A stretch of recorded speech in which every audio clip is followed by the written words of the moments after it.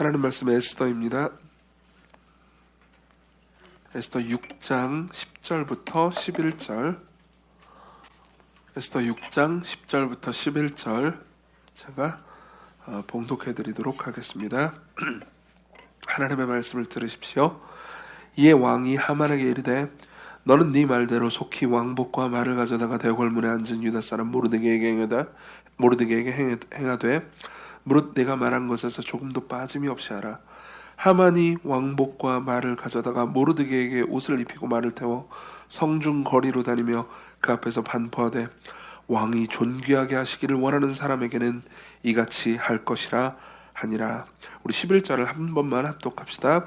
하만이 왕복과 말을 가져다가 모르드게에게 옷을 입히고 말을 태워 성중 거리로 다니며 그 앞에서 반포하되 왕이 존귀하게 하시기를 원하는 사람에게는 이같이 할 것이라 하니라. 아멘. 에스더를 세 번째로 설교를 합니다.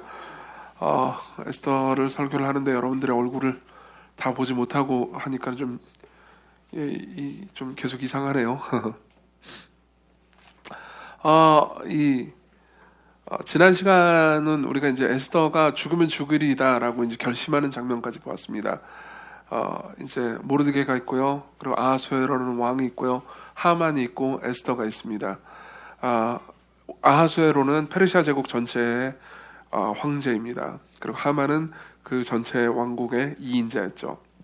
모르드게는 왕국에서 일하는 공무원이었고요. 에스더는 왕비입니다. 왕비인데 이제 이 굉장히 잔혹한 아하수에로 왕에 의해서 전임 왕비인 와스티가 폐위되고, 그리고 이제 뭐라고 그래야 되죠? 뷰티 페이전트 미인 대회를 해가지고 이제 에스더를 뽑죠. 에스더를 뽑아서 에스더가 왕후가 됩니다. 모르드게는 이제 교만한 하만에게 절하지 않으려고 해서 이제 하만은 분노했고요. 하만이 그래서 이스라엘 백성 전체를 다 죽이려고 듭니다. 제국 내에 있는, 심지어 이스라엘 땅에 있는 가나안 땅에 있는 백성들까지 전부 다 죽이려고 든 거예요. 그래서 결국 이제 이 결론은 어떻게 됐겠습니까? 혹시 뭐가 안 나오나요? 네, 마이크 돼요 지금? 지금 돼요? 네, 지금 돼요. 네. 뭐 어떻게 해야 되지? 네. 말을 빠르게 하지 말까요? 이제 왕국 전체에, 제국 전체에 있는 그 이스라엘 백성들을 다 죽이려고 들죠. 그러니까 어떤 의미에서는 이 두 가지 이유가 동시에 있습니다. 모르드게의 어느 정도 어리석은 결정이, 이제 이 모르드게 한 명의 어리석은 결정이 하나님의 백성들 전체에게 전가되어서 다 죽게 됐고요. 그리고 또 하나의 원인은 하만의 교만한 생각이었죠. 그리고 그 와중에 이제 모르드게는 왕비인 에스더한테 간구합니다. 네가 좀 가라. 네가 좀 가서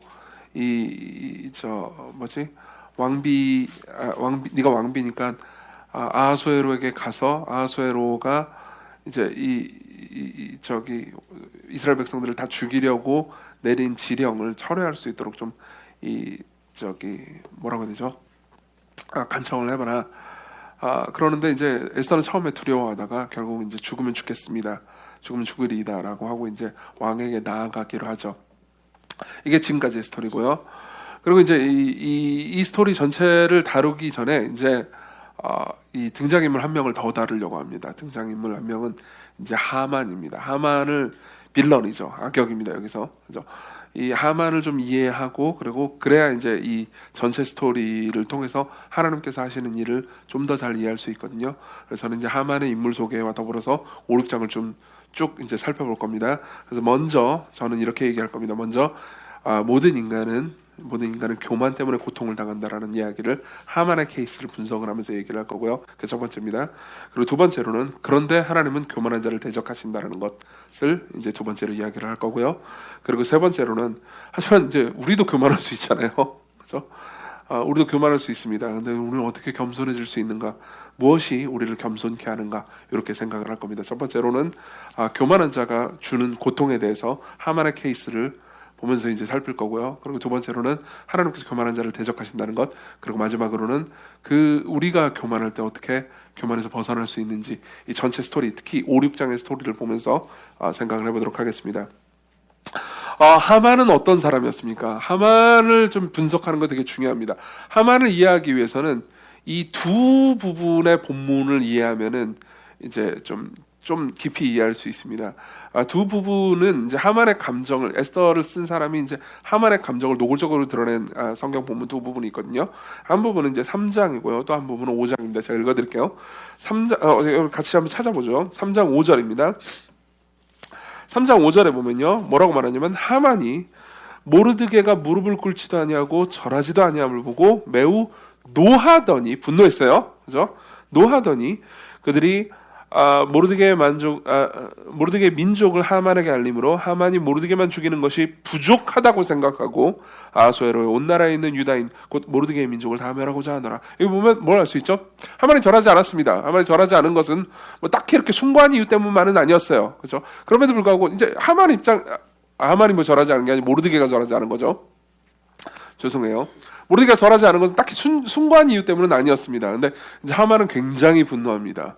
여기 보면 두 가지 감정이 있죠. 하나는 분노고요. 하나는 부족하다라는 느낌입니다. 그렇죠? 단순히 생각해 보세요. 그래, 좋아요. 모르드게가 잘못했다고 합시다. 그럼 모르드게만 죽이면 되잖아요. 그렇죠? 근데 모르드게만 죽이는 게 부족하다고 생각합니다. 그렇죠? 이 두 가지 감정이 중요합니다. 근데 똑같은 이 두 가지 감정이요, 5장에 보면 또 나옵니다. 5장 9절을 보시죠. 5장 9절을 보시죠. 그렇죠? 5장 9절을 보면요, 아직도 하만은 굉장히 열받아 있습니다. 이 와중에 이제 에스더가 왕을 만나요. 에스더가 왕을 만나는 장면은 이제 조금 이따 볼게요. 에스더가 왕을 만나는데 보면은 하만이 아직도 이 열받아 가지고 이제 분노하는 장면이 또 나옵니다. 그날 하만이 마음이 기뻐 즐거이 나오더니 모르드게가 대궐문에 있어 일어나지도 아니하고 몸을 움직이지도 아니하는 것을 보고 매우 노합니다. 또 모르드게를 바꿔요. 또 모르드게는 잘하지 않았어요. 그래서 매우 열받았습니다. 여기도 분노의 감정이 또 있죠. 그렇죠? 그러고 나서 참고 집에 들어와서 사람을 보내어 그 친구를 거해안아서 세레스를 청하여, 그렇죠? 아내와 친구들한테 이 얘기를 합니다. 이 얘기를 하면서 결국은 어떻게 되냐면 12절로 넘어가시면요, 하만이 이르되 왕후 에스더가 그 베푼 잔치에 왕과 함께 오기를 허락받은 자는 나밖에 없었고 내일도 왕과 함께 청함을 받았니라 라고 먼저 자랑부터 합니다. 친구들이랑요, 아내를 불러가지고 이렇게 얘기합니다. 야, 그 이전에 이제 에스더가 왕을 만나가지고 잔치를 베푼다고 그랬는데 왕 좀 오라고 그랬거든요. 근데 왕만 오는 게 아니고 2인자인 하만도 오라고 합니다. 그러면서 이렇게 얘기를 합니다. 야, 에스더가 왕비가, 이제 하만 입장에서 왕비도 높은 사람이잖아요, 자기보다. 그죠? 왕비가 이 잔치를 벌였는데 잔치를 벌인 것에서 왕하고 나만 불렀어, 나. 그죠? 생각해보세요. 하만 입장에서 굉장히 기쁜 소식이잖아요. 이 정도면 자기를 충분히 높인 겁니다. 그죠? 왕도 자기를 충분히 높인 거고요. 왕만 자기를 충분히 높인 게 아니고 에스더마저도 왕비마저도 자신을 충분히 높인 거죠. 굉장히 자랑스럽습니다. 이 정도면 만족할 만하죠. 그죠? 근데도, 그죠? 13절에 보면, 그러나 유다 사람 모르드게가 대궐문에 앉은 것을 보는 동안에는 이 모든 일이 만족하지 아니하도다. 그죠? 여기도 뭐가 있죠? 만족하지 아니함이 있습니다. 첫 번째는요, 모르드게만 죽이는 걸로 만족 못하겠어, 다 죽여버리겠어, 이게 첫 번째고요. 그리고 두 번째로는 모르드게가 있는 동안에는 왕이 그리고 왕비가 나를 아무리 높여도 나는 만족할 수 없어, 이렇게 얘기하죠. 그렇죠? 여기서 이 분노와 이 만족하지 못함이 결합된 이 두 부분에서 이 두 가지 감정이 결합된 부분을 볼 수 있습니다. 이 두 가지 감정이 왜 이렇게 드러난지 아십니까? 이 감정을 가리켜서 성경 전체는요, 교만이라고 부릅니다. 교만이라고 부릅니다. 교만의 본질이요, 분노와, 그죠? 만족하지 못함이 결합되어 있는 거거든요. 왜 그런지 좀 말씀드리겠습니다. 생각해보세요. 이 하만은요, 사실상 제국의 2인자입니다. 그리고 제국의 2인자라서, 그러니까 사실 제국의 2인자면은 이제 우리가 보기에 굉장히 높은 것처럼 보이잖아요. 근데 실제로 제국 내에서는 제국의 1인자인 황제만 이제 신적인 혹은 왕의 그 가장 강력한 권력을 가질 수 있었어요. 2인자도 강하긴 강했지만 2인자하고 1인자의 갭은 어마어마했습니다. 근데 이제 3장 초반부에 보면은 2인자임에도 불구하고, 물론 왕의 명령이긴 했습니다만 2인자임에도 불구하고 마치 1인자처럼 되고 싶어하는 욕망이 막 꿈틀거립니다. 그죠? 1인자처럼 되고 싶어서 자신에게 모두가 절해야 된다고 생각해요. 근데 제국의 법상 1인자, 다시 말하면 황제가 아닌 사람한테 모두가 절할 필요는 없었습니다. 생각해보세요. 2인자라 하더라도, 자 보세요. 1인자하고 2인자의 거리는 어마어마하게 멀어요. 근데 2인자하고 3인자는 가깝습니다. 그죠? 이게 이제 이렇게 얘기하면 좀 이해가 되실지 모르겠는데, 제가 자매님들한테는 군대 얘기해서 죄송합니다. 근데 아마 여러분들 다 이해할 수 있을 거예요. 병장이 되잖아요. 그러면 이제 병장 말년이라는 게 있습니다. 그리고 말년하고 병장 말년 바로 밑하고 이제 1인자하고 2인자가 있잖아요. 그죠? 근데 이제 그 위에는 이제 간부들이 있죠. 그죠? 간부는 아주 갭이 큽니다. 간부한테는 절대 충성해야 돼요. 근데 그 밑에 2인자에서 3인자 정도 있잖아요. 그럼 그냥 친구입니다. 그죠? 그다음부터 존댓말도 안 씁니다. 그죠? 한 달 차이 고참 이런 사람은요. 이 군대 갔다 온 사람들은 형도 아니에요. 보통 동생인 경우도 있습니다. 그럼 그냥 반말해 버립니다. 왜냐면 조금 있으면 사회 나갈 거거든요. 원래 대신 내에서는요, 2인자하고 3인자는 친구인 법입니다. 근데요, 보세요. 3인자마저도 2인자인 하만한테 무릎 꿇고 절해야 된다는 거예요. 그죠? 그럼 3인자 입장에서는 기분이 어떻겠습니까? 내가 저기 한 230인자하고 그죠? 나하고 같이 무릎을 꿇고 절해야 돼요. 사실 굉장히 교만한 거죠. 이 정도면요, 하만이 충분히 만족할 만한 거 아닙니까? 그죠? 근데 만족하지 못했습니다. 딱 한 명이 자기를 인정하지 않았거든요. 그것도 아무것도 아닌 애가요. 그죠? 그래서 분노합니다. 이 사람은 못 가져서 분노하는 게 아닙니다. 그죠? 가지고 있는 것에 만족하지 못해서 분노하는 거죠. 그죠? 그리고 그 다음에 에스더가 자신을 불렀습니다. 에스더가 왕 말고요, 왕뿐만 아니라 자신도 불렀다고요. 그럼 정말 충분히 높여준 겁니다. 3인자, 4인자, 왜 영의정이 있으면 좌의정, 우의정 다 있잖아요. 그죠? 보통 좌의정, 우의정까지 부를 법한데 영의정만 불렀어요. 자신이 영의정이라는 사실, 영의정이 뭔지 다 아시죠? 그죠? 사실만 가지고도 만족하지 못합니다. 그죠? 저 모르드게가 나한테 모르드게는 아무것도 아니에요. 저 밑바닥이란 말이에요. 공무원 중에서도 말단 공무원입니다. 근데 저 사람이 나한테 절하지 않는 것이 분노스럽습니다. 그게 열받아요. 그죠? 이걸 가리켜서 교만이라고 말합니다. 이 교만의 본질을 저는 이 인용구를 인용해드린 적이 있는데 다시 한번 인용해드릴게요. 교만의 본질을 가장 잘 나타내주는 가장 예리하게 통찰한 사람은 제가 보기엔 C.S. 루이스인 것 같습니다. C.S. 루이스는요, 교만에 대해서 그 순전한 기독교라는 책에 그 가장 큰 죄라는 파트가 있거든요.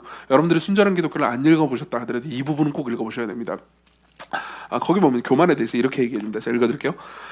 요점은 각 사람의 교만은 다른 이들의 교만과 경쟁 관계에 있다는 것입니다. 연회장에서 거물급 인사처럼 행사하는 사람을 볼 때 불쾌감을 느끼는 것은 바로 내가 그런 거물급 인사가 되고 싶기 때문입니다. 그죠? 여러분 그런 적 있잖아요. 연회장이 있는데 거물급 인사가 이렇게 이러고 있으면은 뭐야 쟤, 속으로 그런 생각해본 적 있죠? 그 마음의 가장 밑바닥에 뭐냐면 내가 그렇게 돼야 된다는 거죠. 그럼 속으로 이렇게 생각합니다. 내가 저 위치에 올라오면 저렇게 거만하게 행동하진 않을 거야. 이게 무슨 생각일까요? 나는 쟤보다 나아. 나는 쟤보다 훌륭한 존재야. 계속 읽어드릴게요. 여기 보면요, 나는 쟤보다라는 어떤 비교 우위의 개념이 들어있죠. 계속 읽어드릴게요. 같은 장사를 하는 사람끼리는 화합이 잘 안 되는 법입니다. 그래서 목사들끼리 안 친한가 봐요. 친합니다. 농담이에요. 여러분이 분명히 알아야 할 사실은 다른 악들은 이를테면 다만 우연히 경쟁적이 되는 반면 교만은 본질적으로 경쟁적이라는 것입니다. 교만은 단순히 무언가를 가지는 것에 만족하지 못하고 옆 사람보다 더 가져야 만족합니다. 우리는 사람들이 돈 많고 똑똑하고 잘생긴 것을 뽐낸다고 말하지만 사실은 그렇지 않습니다. 그들은 남보다 더 돈 많고 더 똑똑하고 더 잘생긴 것을 뽐내는 것입니다. 모든 사람이 똑같이 돈 많고 똑똑하고 잘생겼다면 교만할 거리가 없습니다.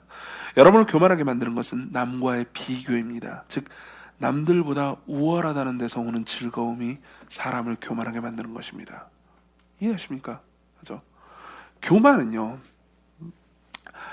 다른 악과 헷갈립니다. 그죠? 다른 악은요, 좀 더 분명해 보이는 반면에 교만은 좀 더 모호합니다. 예를 한번 들어보죠. 어떤 남봉꾼이 있습니다. 그죠? 어떤 남봉꾼이 있어서 막 이제 이 여성을 뭐 이렇게 정욕의 대상으로만 보고, 그죠? 이 여성과 이제 교제를 하는데, 데이트를 하는데 그냥 정욕을 채울 요량으로 이제 만나서 정욕을 채우면 이제 헤어지고 뭐 이런 식으로 이제 여자들을 대한다고 합시다. 예를 들면 이런 사람이 있다고 해보세요. 이 사람도 두 종류가 있습니다. 첫 번째는요, 그냥 순수하게 정욕을 채우려고 하는 사람입니다. 그렇죠? 이 사람은 차라리 좀 낫습니다. 왜냐하면 그나마 그 상대를, 여성을요, 원하기라도 하거든요. 근데 다른 종류의 사람이 있습니다. 이 사람은 훨씬 더 무섭죠. 이 사람은요, 단순히 정욕을 채우기 위해서 헌팅을 하는 게 아닙니다. 그렇죠? 더 높은 이유 때문이죠. 내가 저런 여자도 내가 정복할 수 있는 존재다. 나는 저런 사람도 꼬여내어서 내 걸로 만들 수 있을 정도로 괜찮은 존재다 라는 걸 입증하기 위한 남봉꾼이 될 수도 있습니다. 그렇죠? 이 죄의 근본적인 이유는 뭘까요? 교만입니다. 교만입니다. 그죠? 실제로요, 이거는요, 신학을 하더라도 마찬가지입니다. 내가 신학을 해서, 그죠? 하나님 말씀을 잘 공부해서 사람들을 섬기기 위한 도구로, 섬기기 위한 목적으로 신학을 해야 되는 거잖아요. 그럼 우리가 모두가 동의하는 바입니다. 맞죠? 근데 신학을 하면서도요, 내가 남들보다 더 나은 존재임을 입증하기 위해서 신학을 할 수도 있습니다. 내가 더 큰 교회를 만들 수 있고, 그리고 더 똑똑한 사람들이 될 수 있고, 그죠?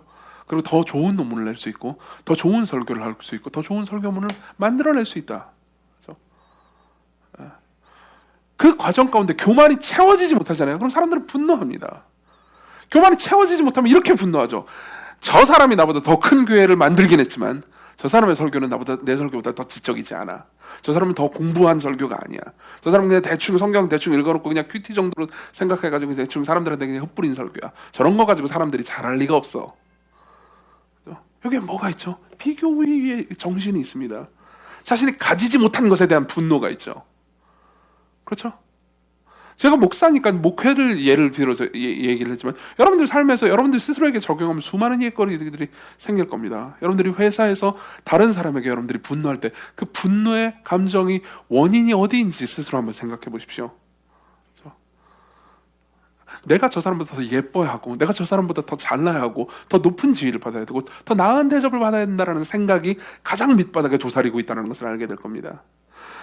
이건 사실상 온 우주를 괴롭히는 것이죠. 그래서 여러분들이요, 사실 그러니까 여러분들이 교만하다 이런 얘기를 단순히 하고 싶은 건 아닙니다. 여러분들이 교만한 사람 근처에 있잖아요. 그럼 여러분들은 굉장히 고통을 당할 겁니다. 왜 그러냐면 이런 겁니다. 교만한 사람은요, 그렇죠? 내가 교만하다고 해보세요. 그럼 여러분들이 제 주변에 있잖아요. 그럼 여러분들은 아주 괴로울 겁니다. 왜냐면 교만한 사람은요, 궁극적으로 다른 사람이 자기 밑에 있기를 원합니다. 다른 사람이 자기에게 무릎을 꿇고 순복하기를 원합니다. 이 고개를 숙이기를 원해요. 그러면요, 여러분들은요, 억지로 저한테 고개를 숙여야 됩니다. 교만한 사람은요, 다른 사람과 자신이 동등한 위치에 서 있다는 것을 견딜 수 없어 합니다. 그죠? 그럼 여러분들 어떻게 하겠습니까? 어떻게 하겠냐? 억지로 고개를 숙이겠죠. 근데 여기서 진짜 무서운 점이 나옵니다. 교만한 사람은요, 다른 사람이 자신에게 고개를 숙일 때 그게 억지인지 아닌지를 잘 압니다.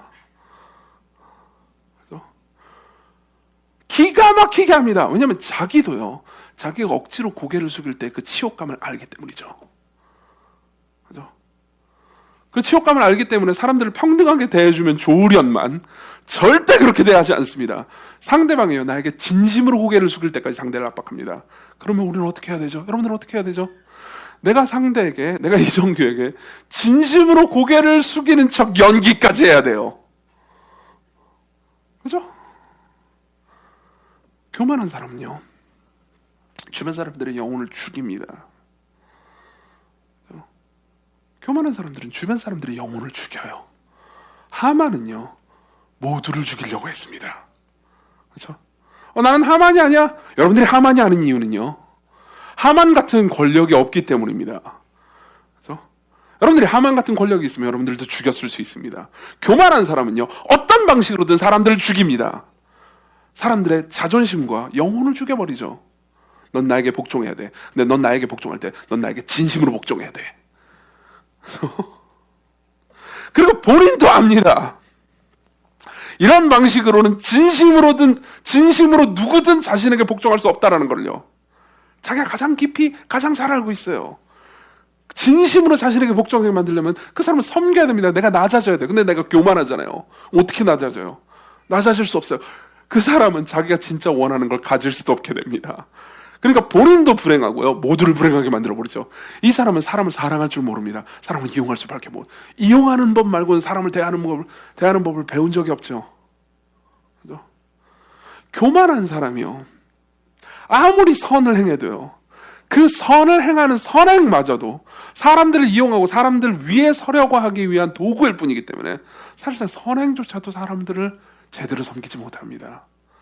그들의 선행은 선행이 아닙니다. 자기를 주는 게 아닙니다.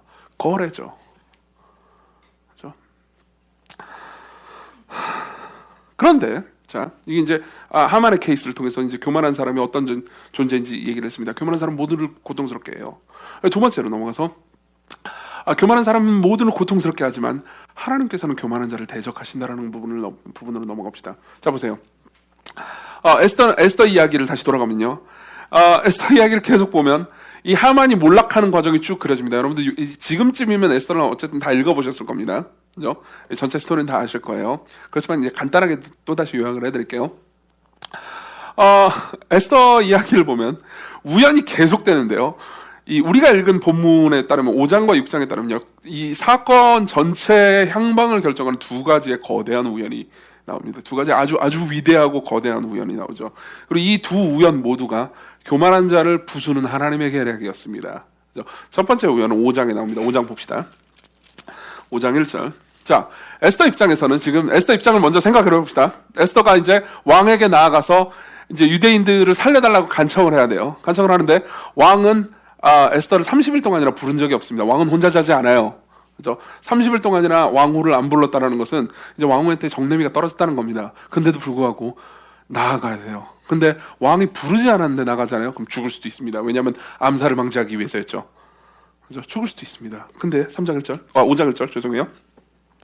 제3일에 에스더가 왕후의 예복을 입고 왕궁 안뜰 곧 어전 맞은편에 서니 왕이 어전에서 전문을 대하여 왕좌에 앉았다가 2절 같이 읽습니다. 시작. 왕후 에스더가 뜰에 선 것을 본즉 매우 사랑스러움으로 손에 잡았던 금귤을 그에게 내미니 에스더가 가까이 가서 금귤 끝을 만진지라. 3절까지. 왕이 이르되 왕후 에스더여 그대의 소원이 무엇이며 요구가 무엇이냐 나라의 절반이라도 그에게 주겠노라. 잘 보세요. 여러분, 한 인간이 다른 인간에게 반하는 건 우연이 아닙니다. 한 인간이 다른 인간에게 반하는 건요, 우연이 아니에요. 하나님의 계획입니다. 하나님의 계획이에요. 물론 우리 교회처럼 청년이 많은 교회 같은 경우에는 이 이야기를 듣고 분노하는 사람도 있을 겁니다. 아니 그럼 하나님은 내 인생에서 아무 계획도 하지 않으셨는가? 그렇게도 하지만 제가 총각일 때요. 제가 총각이고 아주 어릴 때요. 그리고 정말 원래 뭐 그런 게 있습니다. 20대 초반의 남자들은 아무도 좋아하지 않습니다. 20대 초반 모두가 아니고 저 같은 사람 같은 경우는 정말 말 그대로 저는 정말 아무도 좋아할 수 없는 사람이었어요. 왜냐하면은 정말 개념이 없는 사람이었거든요. 이 여성을 어떻게 대해야 되는지 몰랐어요. 저는 남중 나왔고요. 남고는 아니었는데 남녀 분반이었습니다. 그러니까 제 주변에 남자밖에 없었어요. 여성이 어떤 존재인지 대학 와서 처음 알았어요. 그냥 아무렇게나 대해도 되는 줄 알았어요. 그리고 아무렇게나 대했다가 죽을 뻔했어요, 제가. 그런 상황에서 대학교 1, 2학년 때요. 뭐 성경 읽고 막 기도하고 그러면서 이제 저희 그 선배들이 있을 거 아닙니까? 저보다 이제 나이 많은 그 남자 선배들, 군대 갔다 온 형들 있잖아요. 군대 갔다 온 형들은 이제 조금 이 사회 인식이 생겨요. 그래가지고 연애도 좀 하고 그러시거든요. 제가 연애 못 해가지고 막 눈물 흘리고 막 괴로워하고 그러면은 하나님께서 다 채워주실 거야. 그 말이 제일 미웠어요. 그 말이 제일 미웠습니다. 그러다가요, 제가 성경은 열심히 읽었다고 그랬잖아요. 그죠? 성경을 읽다가 에스더에 이르렀습니다. 5장 1절부터 3절만큼 저를 위로했던 말씀이 없습니다. 맞아, 하나님 계획하셔. 하나님 섭리하셔. 누군가가 나에게 반할 거야. 나도 누군가에게 반하겠지. 나도 누군가에게 반하는 일들은 계속 일어났지만, 그죠? 그런 섭리는 계속 일어났지만 그 반대의 섭리가 거의 일어나지 않았기 때문에 그러나 하나님께서 섭리하셨죠. 하나님께 섭리하셔서 피해자가 한 명 나왔죠.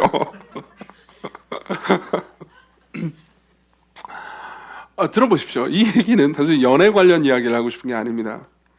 우리는요, 우리가 하는 계획이나 행동만 하나님이 섭리하신다고 생각할 수 있어요.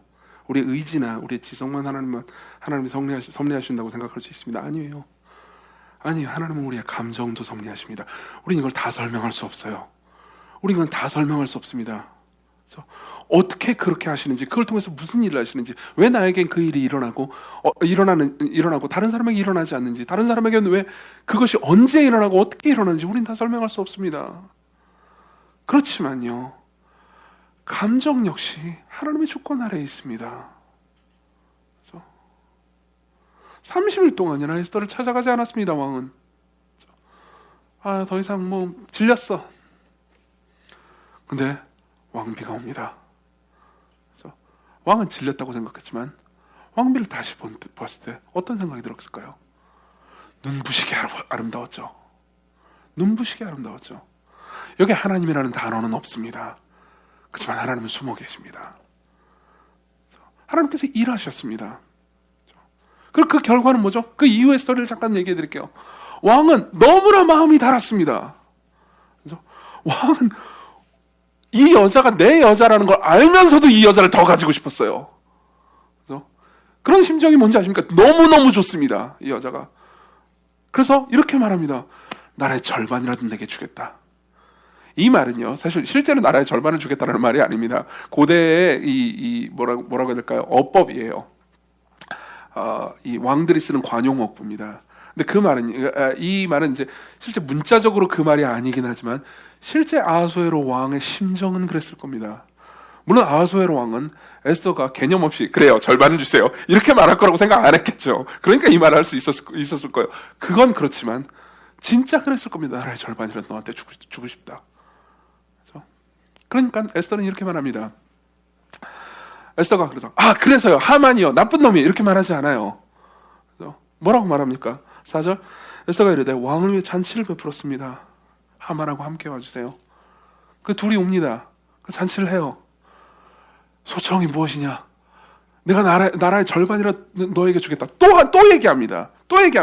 그럼 그때 얘기할 법도 하잖아요. 근데 얘기 안 합니다. 잔치 한 번 더 베풀게요. 또 오세요. 왜 그랬을까요? 에스더가 무서워서? 모르겠습니다. 정확히는 우리가 알 수 없어요. 근데 하나 확실한 건 이겁니다. 에스더의 마음이 성경에 기록이 안 돼 있습니다. 그래서 에스더가 무서워서 그런 건지 아니면 에스더가 전략을 짠 건지 우리는 다 알 수 없습니다. 그렇지만 하나 확실한 효과는 있죠. 계속해서 왕에게 소원을 숨기고 잔치를 계속 베풀면서 왕이 내 나라의 절반이라도 너에게 주겠다라는 말을 여러 번 하게 만듭니다. 맞죠? 그런 말이면서 어떤 일이 일어나죠? 이제 에스더가 왕에게 소청을 말할 때 절대로 거절할 수 없는 명분을 만들어내죠. 그렇지 않습니까? 그렇죠? 이게 에스더 이야기예요. 생각해보세요. 하나님께서는요, 교만한 하만을 무너뜨리시기 위해서 아하수에로 왕이 에스더를 볼 때 반하게 만드십니다. 그렇죠? 아하수에로 왕이 에스더를 볼 때, 물론 그 하만이 그 옆자리에 있진 않았어요. 하지만 만일 옆자리에 있었다고 합시다. 아하수에로 왕이 에스더를 볼 때, 에스더 너무 아름답다. 나라의 절반이라도 너에게 주고 뭘 원하느냐? 라고 말할 때 하만이요, 만일 옆에 있었다고 합시다. 그럼 뭐라고 그랬을까요? 이게 지금 내 망할 징조구나, 이렇게 생각했을까요? 아니요. 오, 러브스토리 멋있어요, 이렇게 말했을 수도 있습니다. 드라마 보는 심정이었을 수도 있죠. 근데요, 그 일이 결국 하만을 망하게 합니다. 또 하나의 우연이 있죠. 6장으로 넘어갑시다. 6장 1절입니다. 5장 초반부하고 6장 초반부에 우연이 배치되어 있습니다. 자, 보세요. 1절. 그날 밤에 같이 읽습니다. 3절까지 보죠. 시작. 그날 밤에 왕이 잠이 오지 아니하므로 명령하여 역대일기를 가져다가 자기 앞에서 읽히더니 그 속에 기록하기를 문을 지키던 왕의 두 넷이 빅다나와 데레스가 아하수에로 왕을 암살하려는 음모를 모르드게가 고발하였다 하는지라. 왕이 이르되 이 일에 대하여 무슨 존귀나 관직을 모르드게에게 베풀었느냐 하니 측근 신하들이 대답하되 아무것도 베풀지 아니하였나이다 하니라. 자, 보세요. 왕이 있습니다. 잠이 안 와요. 잠이 안 와요. 여러분 재밌는 게 뭔지 아십니까? 이런 대제국의 황제가 잠이 안 오잖아요. 그러면 잠이 오는 신하도 잠을 잘 수가 없습니다. 그래서 내가 아무리 잠이 와도요. 우리 황제께서 잠이 안 오시잖아요. 그럼 나는 그분이 불면증이면 나도 불면증이 돼야 되는 겁니다. 맞죠? 잠이 안 옵니다. 여러분 생각해보세요. 왕이 불면증이었는데 그 불면증으로 인해서 하만이 망합니다. 그죠? 잠이 안 옵니다. 그래서 생각했어요. 잠이 너무 안 와. 잠이 안 오면 뭘 해야 되죠? 따뜻한 우유를 먹어요? 그죠? 혹은 뭐 여러 가지 무슨 따뜻한 무슨 차를 마시면 잠이 안 와요. 여러분 잠이 직방으로 오는 방법을 알려드릴게요. 읽으십시오.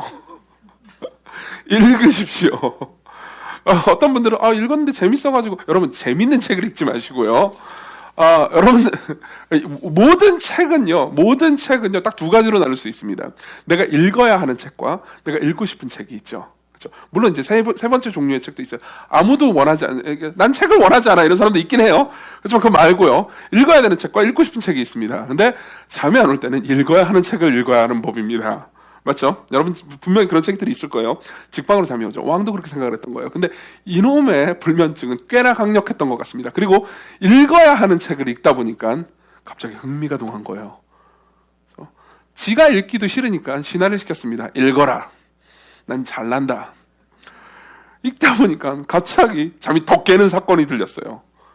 모르드게가 아하수에로 자신을 죽이려고 하는 두 사람의 음모를 듣고 왕에게 이야기를 했습니다. 왕의 목숨을 구했죠. 근데 왕이 까먹어버렸어요. 웬만하면 까먹기도 힘듭니다. 이런 건. 근데 생각해보세요. 까먹는다라는 우연과 그죠? 불면증이라는 우연이요. 동시에 적용했습니다. 이 왕이 얼마나 성깔이 급한지 아십니까? 3절을 보시면요. 왕이 이르되 이 일에 대하여 무슨 존귀와 관작을 모르드게에게 베풀었느냐? 신하 증거 있냐? 그러니까 옆에 있는 신하가 없어요. 이렇게 얘기합니다. 그래서 왕 입장에서는요, 자신을 구해준 신하에게 아무 보상을 안 하잖아요. 그러면은 누가 자신을 위해서 목숨을 걸겠냔 말이에요. 안 그렇습니까? 이거는 하루빨리 시정해야 되는 거다. 잠이 더 깨버렸습니다. 그래서 어떻게 하냐면 웬만하면 그래 알았다. 그러면은 내일 아침에 일어나가지고 모르드게를 불러야지. 이런 생각을 할 법도 하잖아요. 근데 당장 나갑니다. 이때는 새벽입니다. 여러분 새벽이요. 4절 왕이 이르되 누가 뜰에 있느냐 하매 마침 하만이 자기가 세운 나무에 모르드게 달기를 왕께 구하고자 하여 왕궁 바깥들에 이릅니다. 이런저런 얼마나 재밌는 이야기인지 아십니까? 새벽에 두 사람이 만납니다. 그죠? 새벽에 성깔 급한 두 사람이 만나요. 한 명은 왕이고요. 성깔이 너무너무 급해서 자기에게 잘해준 사람을 빨리 하루라도 빨리 이 새벽이라도 치하하고 싶어가지고 바깥으로 튀어나갑니다. 그리고 그 와중에 하만은요, 이 사람도 너무너무 성깔이 급해요. 여러분 이 사람의 이 만족하지 못하는 교만과 그죠? 그리고 모르드게를 향한 엄청난 분노 있잖아요. 이 분노가 결합해가지고 새벽에 왕에게 뛰어들어가게 만들었습니다. 그죠? 물론 새벽에 왕이 잠을 잘지도 모르잖아요. 그래서 왕 깨워가지고 뛰어들어가게 한 건 아니었겠죠. 새벽부터 기다리고 있었던 거예요. 마음이 너무 설레어서. 그죠? 마음이 너무 설렜어요. 모르드게를 붙잡아가지고 머리채 잡고 끌고 가가지고 저 나무에 박아버릴 생각을 하니까 마음이 너무 설레었어요. 그죠? 그래가지고 기다려야지 하고 기다렸던 거예요. 근데 생각해보세요. 기다려야지 하고 갔는데요, 왕이 튀어나왔어요. 얼마나 기뻤겠습니까? 그죠? 그래서 왕이 이르되 누가 뜰에 있느냐? 이 시간에 누가 뜰에 있습니까? 하만이 있습니다. 왕 입장에서는 오 하만 내 충신. 그리고 나서 5절 왕이 이르되 들어오게 하라. 5절 그리고 6절 하만이 들어오거늘.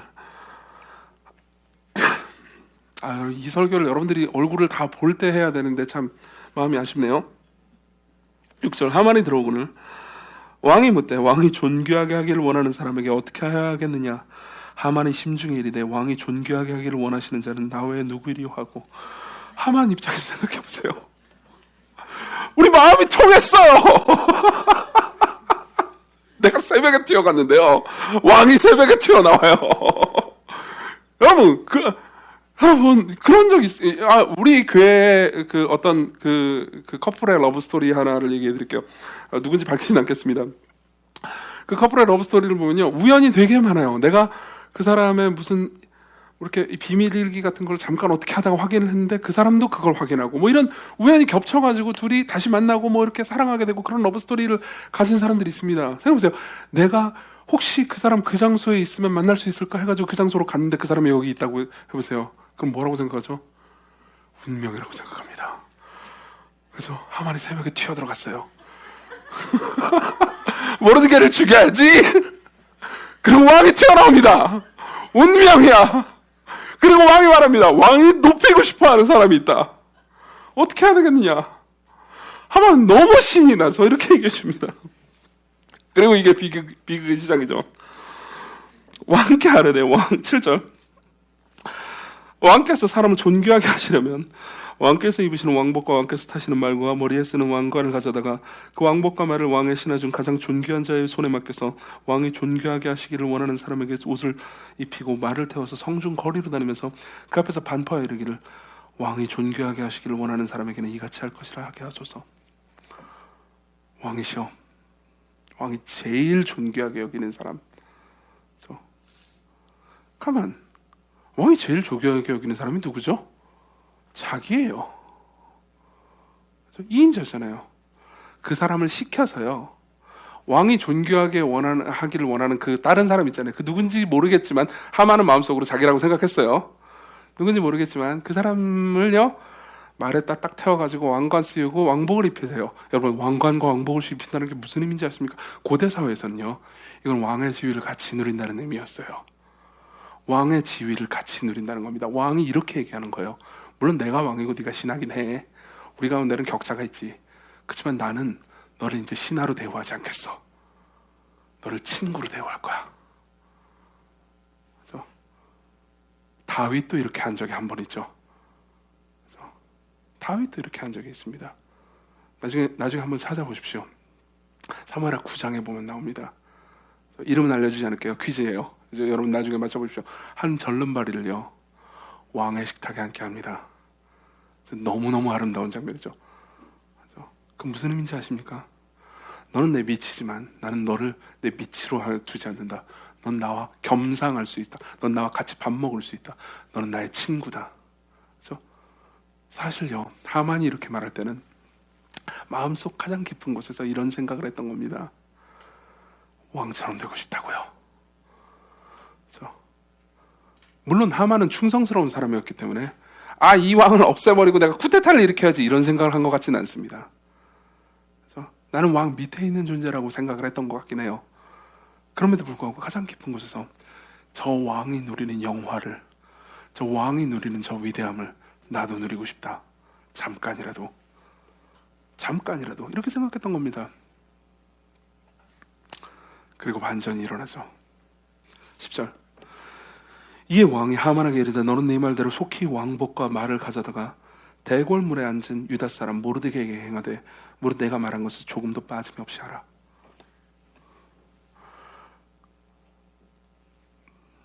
여러분, 모든 우연은요 교만한 자를 부수시는 방식으로 일어났습니다. 성경에 보면요, 잠언에 보면 이런 말씀이 있습니다. 잠언 16장 18절. 교만은 패망의 손목이요 거만한 마음은 넘어짐의 앞잡이니라. 시편 31편 23절. 너희 모든 성도들아 여호와를 사랑하라. 여호와께서는 진실한 자를 보호하시고 교만하게 행하는 자에게는 엄중히 갚으시니라. 그렇죠?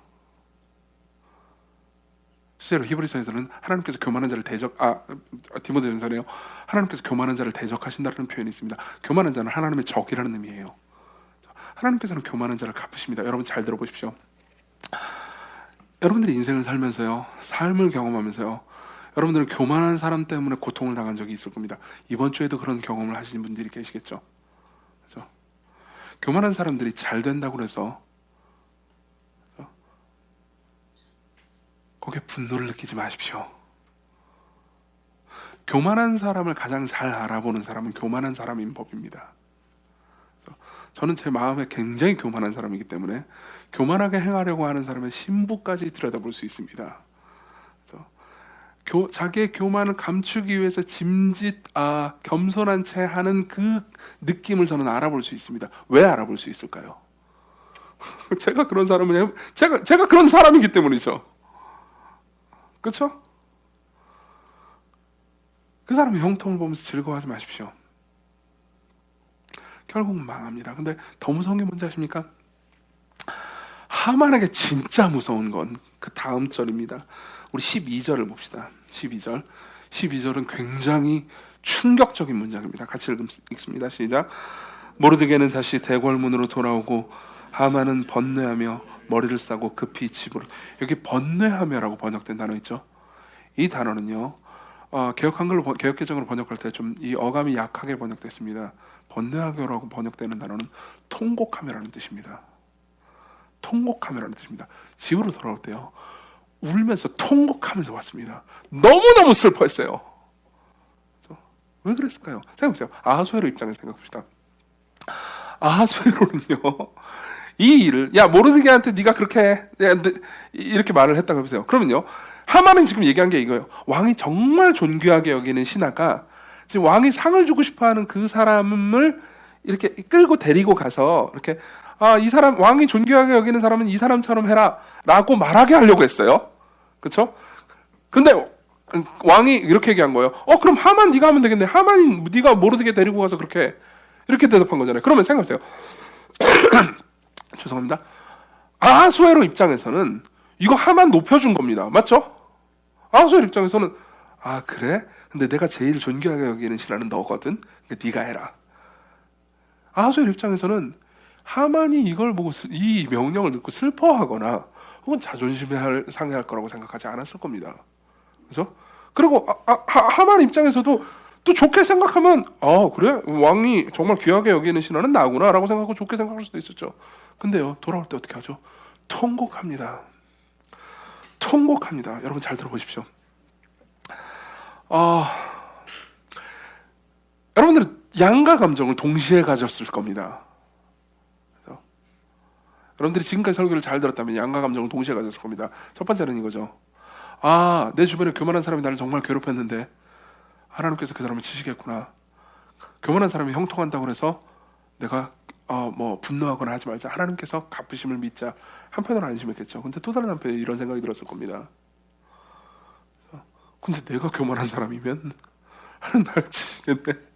그래서 나는 어떻게 겸손해질 수 있지? 들어보십시오. 교만한 사람은요, 하나님께서 장차 치시기 전에요, 이미 교만하다라는 사실 때문에 계속해서 고통을 받고 있습니다. 여러분들이 만약 교만하다면요, 이정규가 교만하다면 지금 이미 고통을 받아요. 무슨 말인지 설명해 드릴게요. 하만이 당할 진짜 고통은요, 모르드게를 죽이려고 세워놨던 장대에 자기가 걸려서 죽는 겁니다. 그게 하만이 당할 최종적인 심판이에요. 근데 그 최종적인 심판을 당하기도 훨씬 전에요. 12절 보면요, 하만은 이미 통곡하고 있습니다. 하만은 너무너무 고통스러워하고 있어요. 하만이 왜 고통스러울까요? 생각해보세요.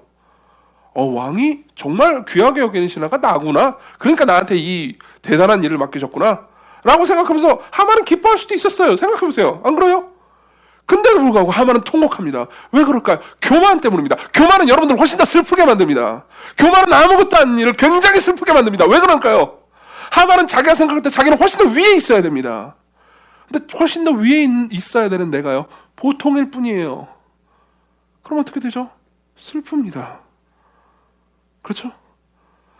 여러분들이 만일요, 내 인생은 별로야. 나는 평범해. 나는 너무 평범해. 사람들이 많이 가지고 있는 저 탁월한 사람들이 저 사람 너무 예쁘고 저 사람 너무 똑똑하고 저 사람 어떻게 하고 있는데 나는 아무것도 없어. 난 너무 평범해. 그렇기 때문에 내 인생이 슬퍼. 난 너무 괴로워. 나는 왜 살까? 나는 무슨 의미가 있을까? 계속 여러분들이 이렇게 생각하고 있잖아요. 여러분, 여러분들의 슬픔을 제가 공감하지만 정말 공감합니다. 여러분들의 슬픔을 공감합니다. 여러분들을 욕하고 싶은 게 아닙니다. 그렇지만 여러분들의 슬픔 이면에 무엇이 있는지 생각해 보십시오. 교만입니다. 나는 너무 평범해. 다른 사람들이 가지고 있는 거 내가 가지고 있잖아. 내가 너무 평범해서 나는 내 인생은 무의미해. 나는 왜 이렇게 괴롭지? 나는 너무 슬퍼라고 생각하는 건요, 마음속 깊은 곳에서 나는 평범한 사람이 아니야. 나는 평범한 자리에 있을 리가 없어. 그래서는 안 돼. 나는 더 위에 있어야 돼. 나는 지금 내가 사람들이 나를 대하는, 세상이 나를 대하는 것보다 내가 훨씬 더 위에 있어야 마땅한 존재야 라고 스스로 생각하기 때문입니다. 이걸 보고 뭐라고 말하겠습니까? 교만이에요. 교만이에요. 여러분, 교만은요, 드러내놓고 나는 괜찮은 사람이다, 나는 너무 똑똑한 사람이다, 나는 너무 잘생긴 사람이야 라고 말하는 교만도 있지만요, 자학도 교만의 일종입니다. 자학도요. 나는 못생겼고, 나는 또 뭐 있죠? 제일 먼저 생각나는 게 왜 못생겼죠, 그지? 나는 못생겼고, 나는 멍청하고, 나는 좋은 학벌을 가지지 못했고, 직장도 이만저만하고, 심지어 다니는 교회도 지하실에 있고.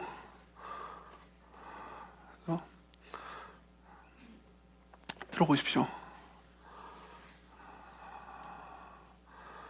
여러분, 이건 내가 마땅히 지금 이보다는 훨씬 더 많이 받아야 된다는 생각이 있기 때문에, 그 생각이 여러분들 마음속 가장 깊은 곳에 자리하고 있기 때문에 이것 때문에 슬퍼하는 겁니다. 여러분, 교만한 사람은요, 큰 형벌을 받기 이전에 이미 형벌 받고 있습니다. 교만한 사람은요, 이미 형벌 받고 있어요. 자신의 교만이 자신을 심판합니다. 자신의 교만이 자신을 계속해서 슬프게 만들죠. 그렇죠? 당신이 만일, 왜 나는 좋은 사람을 만나는 복이 없지? 왜 내가 다니는 교회는 왜 맨날 이만고만하지? 내가 다니는 학교는, 내 직장은, 내 가정, 우리 부모님, 우리 아이들은 왜 더 낫지 않지? 그러면서 계속 슬퍼하고 있잖아요. 그럼 여러분 잘 생각해 보십시오. 우리는 이미 처벌받고 있는 셈입니다. 내 안에 있는 교만이 나를 처벌하고 있는 중입니다. 치료책이 뭘까요? 치료책이 뭘까요? 두 단계로 말씀드릴게요. 첫 번째, 진정한 겸손이 뭔지 알아야 됩니다. 그리고 두 번째, 진정으로 우리가 받은 것이 무엇인지 알아야 됩니다. 하나씩 설명해 드릴게요. 진정한 겸손이 뭔지 말씀드릴게요. 교만이 자기를 굉장히 높이 생각하는 거니까, 그렇죠? 겸손은요, 자기를 굉장히 낮게 생각하는 거라고 오해할 수 있습니다. 아니에요. 겸손은요, 자기를 높게 생각하지도 낮게 생각하지도 않습니다. 자기에 대한 생각 자체를 안 하는 겁니다. 자기에 대한 생각을 덜 합니다. 자기를 굉장히 낮게 생각하는 사람도, 예를 들면 나는 너무 쓰레기고, 나는 아무것도 없고, 나는 멍청하고 막 이렇게 계속 얘기하는 사람도요, 사실상 가장 깊은 곳에는 교만하기 때문에 그렇게 말하는 거예요. 그렇죠? 근데 진짜 겸손한 사람은요, 자기 자신을 내가 어떻게 평가받고 어떻게 인정받고 어떻게 사랑받는지에 대해서 신경 자체를 덜 씁니다.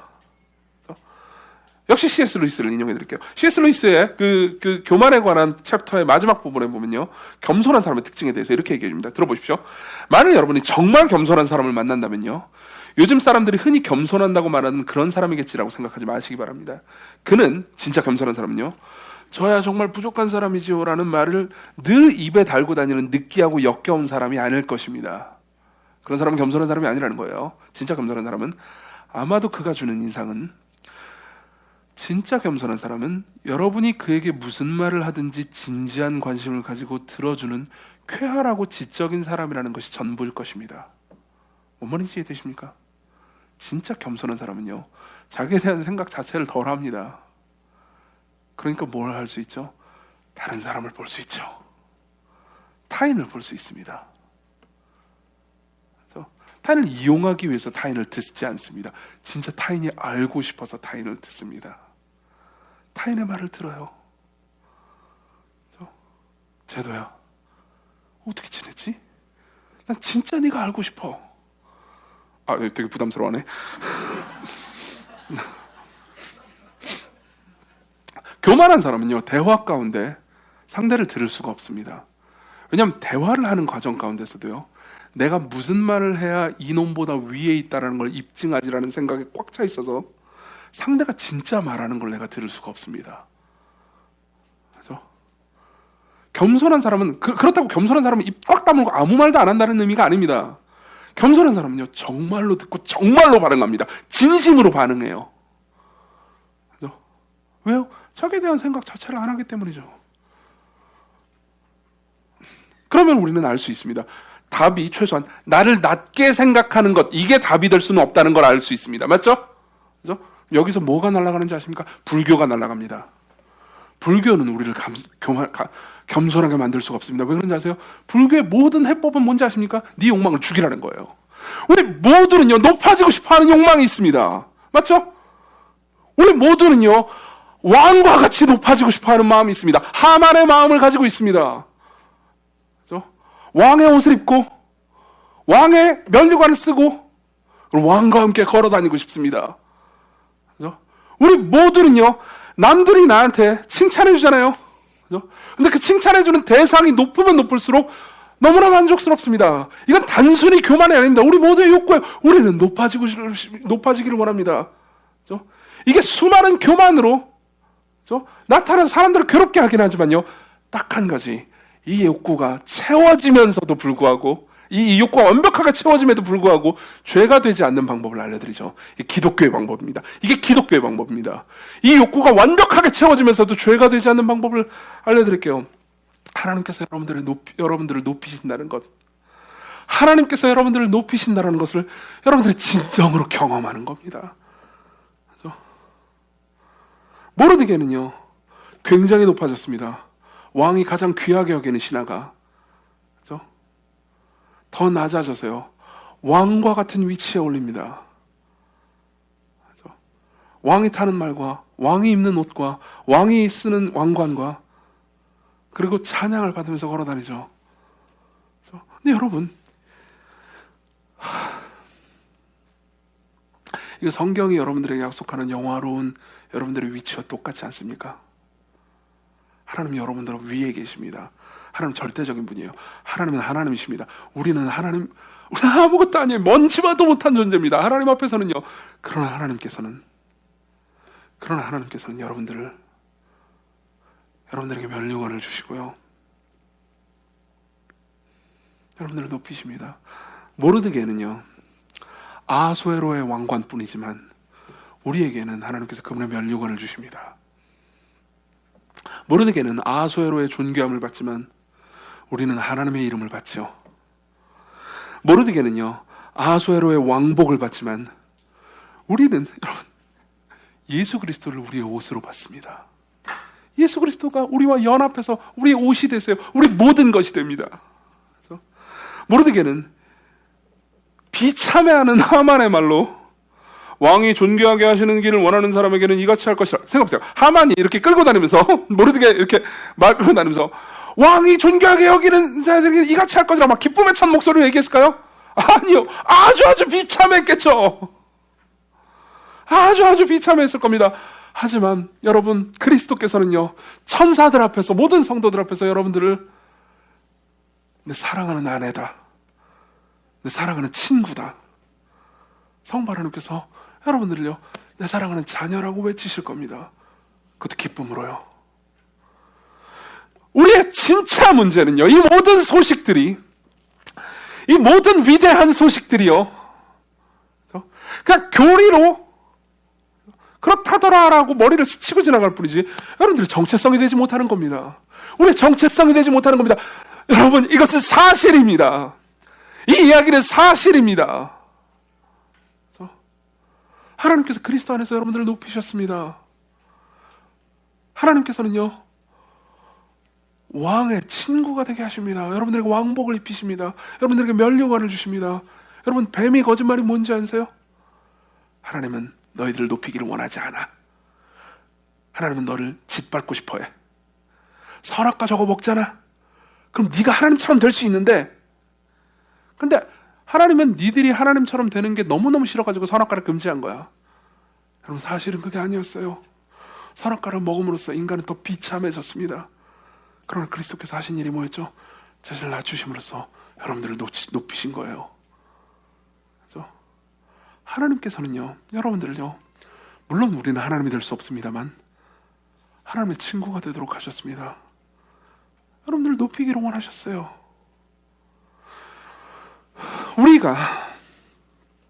우리에게 주어진 이 진정한 신분, 왕이 우리를 높이기를 원하신다는 것, 이 진정한 신분을 누릴 때 우리는 너무나 위대한, 너무나 강한 신분을 가지게 돼서 드디어 낮아지고 약해질 준비가 됩니다.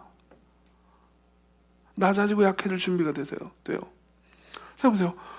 모르드게를 생각해 보면서 우리는 예수 그리스도를 떠올리지 않을 수가 없습니다. 그리스도는요, 하늘의 왕이에요. 하늘의 왕이에요. 아수에로 따위는 비교도 안 될 정도로 높으신 왕입니다. 그런데요, 하나님께서, 예수 그리스도께서 우리에게 영원한 왕복을 입히시기 위해서 그분은 십자가에서 옷이 벗겨지시고 수치를 당하셨습니다. 우리는 면류관을 쓰지만 그리스도께서는 십자가에서 가시나무로 된 이 가시나무가 뇌를 찌를 정도로 깊은 그 고통스러운 면류관을 쓰셨죠.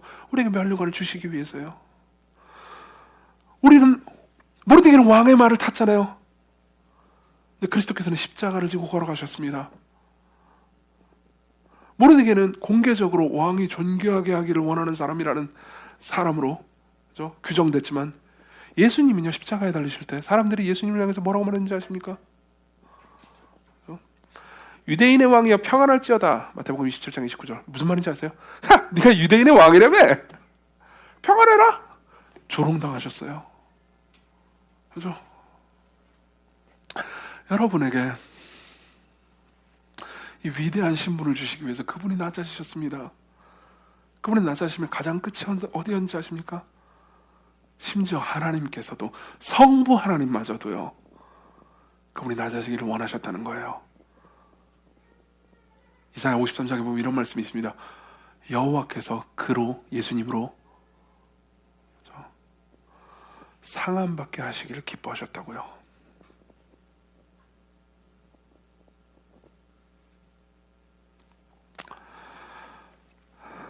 그분이 여러분들을 위해서 하신 일을 여러분들이 묵상한다면 여러분들은 드디어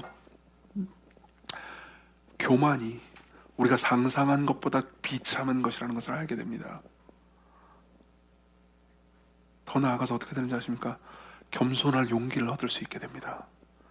여러분, 예수 그리스도는 너무 약하시기 때문에 약해지신 것이 아닙니다. 예수 그리스도는요, 너무나 위대하고 강한 분이기 때문에 약해지실 용기를 가지신 겁니다. 이게 무슨 말인지 모르겠다고요? 우린 다 압니다. 예를 들어보죠. 자학개그를 예로 들어보죠. 제가 주로 하는 게 자학개그인데, 자학개그는 되게 재미있습니다. 자학개그를 한번 분석해 봅시다. 설교가 길어지는 것 같아 보이지만 원래 의도한 설교가 이만큼이니까 성찬도 없고 좋잖아요. 괴로워하지 마십시오. 들어보세요. 자학개그를 한번 생각해 봅시다. 자학개그. 조던 피터슨이라는 사람이 있습니다. 이 사람은 임상심리학자고요. 논쟁이 되는 말도 많이 했지만 굉장히 통찰력 있는 말도 많이 했죠. 조던 피터슨이요, 개그, 그러니까 유머를 분석한 그 글이 있습니다. 거기 보면 되게 재밌는 얘기가 나와요. 어떤 사람이 코미디언이 자학개그를 합니다. 나는 왜 이렇게 못생겼고 멍청하고 으하하 이러고 있어요. 그럼 사람들은 웃죠. 그죠? 근데 사람들은요, 웃으면서 좋아합니다. 왜 그런지 아십니까? 제가 자학개그를 하잖아요. 그러면요, 은연중으로 사람들도 알고 저도 압니다. 자기의 자아를 두 개로 분리합니다. 개그를 하는 순간 자기의 자아를 두 개로 분리해요. 하나는요, 비난받고 그리고 조롱당하는 자아입니다. 맞죠? 멍청하고 바보 같은 짓을 했고 어쩌고저쩌고 했고, 그러니까 바보 같은 바보 같은 이정규라는 자아가 있습니다. 근데 또 하나의 자아가 있어요. 또 하나의 자아는요, 뭐냐면은 그걸 위에서 내려다보면서 같이 조롱하면서요, 그래서 내가 멍청하다라는 것을 내가 안다라고 생각하는 지성적 자아가 있습니다. 맞죠? 이해되세요? 그죠? 근데 그 개그에 웃는 사람들은요, 이 자아만 보는 게 아닙니다. 이 자아도 봐요. 그리고 개그가 끝나고 나서 저 사람 정말 멍청한 사람이구나 라고 말하지 않아요. 저 사람 진짜 똑똑한가 봐. 정말 여러분, 개그 잘하는 거 굉장히 머리가 좋다는 건 알죠? 그래서 똑똑한 사람인 되게 재밌다 라고 말하게 돼요. 두 번째 자아를 알아보는 거죠. 무슨 말인지 이해되십니까?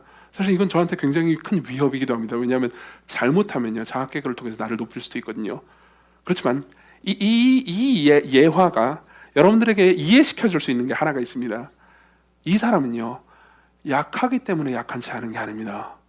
너무나 강하기 때문에 약한지 하는 거죠. 그렇죠? 너무나 강하기 때문에. 바보 같은 척을 할 수 있는 거는요, 지혜롭기 때문입니다. 그죠? 그리스도는 너무나 강하셨습니다. 너무나 위대하고 너무나 사랑이 많으신 분이기 때문에, 사랑 그 자체이시기 때문에 낮아지시고 욕을 먹으시고 비난당하실 수 있었습니다. 그분 안에서 넉넉하게 그것을 감당하실 수 있었습니다. 삼위 하나님 모두가요. 모두라고 하면 안 되죠. 삼위 하나님 그분이요.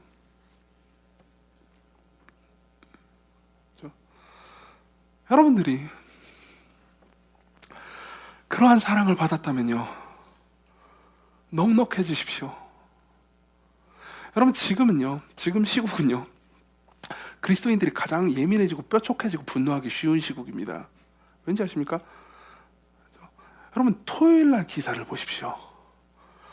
교회 가지 마! 토요일 날 모든 기사는 교회 가지 마! 여러분, 교회 가지 마 기사에서 그리스도인들이 사실 말로 표현하기는 어렵지만 마음속에 가장 깊은 불편을 느끼는 게 뭔지 아십니까? 그렇죠? 교회 가서 예배 드리는 사람들은요, 마음속에서 이게 자기 삶의 가장 중요한 일이라고 생각합니다. 그렇죠? 먹고 사는 것보다 훨씬 중요한 일이라고 생각해요, 예배가. 그렇죠? 왜냐하면 이건 하나님을 예배하는 거니까. 하나님을 내가 굶어 죽더라도 예배는 잘 드려야 된다는 생각을 가지고 있습니다. 자신의 가장 높은 가치, 가장 위대한 가치가 예배거든요. 시간교회 다니는 모든 사람이 그러지 않을 수는 있습니다. 그렇지만 최소한 많은 사람들은 그래야 한다고 생각할 것이죠. 그렇죠? 저도 그렇습니다. 근데 세상 사람들이요, 먹고 사는 데서 회사에서 모여서 뭘 하는 거에 대해서는 막 분노 안 하면서 교회 모이는 걸 분노하는 것은 세상 사람들이 암묵적으로 야, 그거 취미잖아. 취미 활동은 좀 그만해도 되는 거 아니야? 라고 누구도 그렇게 명시적으로 말하진 않아요. 그렇죠? 그렇지만 우리는 그런 기사를 볼 때, 내가 지금 하나님 예배하는 게 취미 활동처럼 여겨지고 있구나 라는 걸 본능적으로 알아챕니다. 여러분, 본능적으로 알아채지 않으셨나요? 그렇죠? 그리고 하나님을 믿지 않는 사람 입장에서는 당연한 겁니다. 취미 활동일 뿐이에요. 그들을 비난하지 마십시오. 그들을 비난한다는 건요, 여러분들 마음속에서 마치 이렇게 말하는 겁니다. 이건 나 취미 활동 아닌데, 나한테 너무 중요한 건데 왜 내한테 너무 중요한 걸 너는 평가절하 하지? 여러분, 이 마음이 어디서 왔겠습니까? 오히려 교만으로부터 온 겁니다. 아니, 비난하고 정죄하고 싶은 게 아닙니다. 저는 이 마음을 충분히 이해합니다. 왜냐하면 제가 그렇거든요. 제가 지금 그렇거든요. 그렇지만 넉넉해지십시오. 넉넉해지십시오. 오히려 그리스도인이기 때문에 선을 행하십시오. 분노하지 마십시오. 그리스도께서 여러분들을 위해서 하신 일을, 그리스도께서 여러분들을 위해서 하신 일을 생각하십시오. 그렇다면 여러분들은요, 지난주에 이어서 마스크를 내놓을 수도 있고요, 그렇죠? 여러분들의 제모를 연약한 사람들을 위해서 더 내놓을 수도 있습니다. 그렇죠? 지난주간 설교를 듣고 그러신 건지 아니면 뭐 여러 가지 이유가 있겠지만 구제지정원금이 참 많이 거쳤습니다. 정말 감사하게 생각해요. 근데 우리가 필요한 만큼 거치진 않았습니다. 제가 예상한 것보다 훨씬 더 많이 주셨고요. 그리고 이제 우리가 아직 알고 보니까 필요는 또 훨씬 크더라고요. 가난한 사람들을 도우십시오.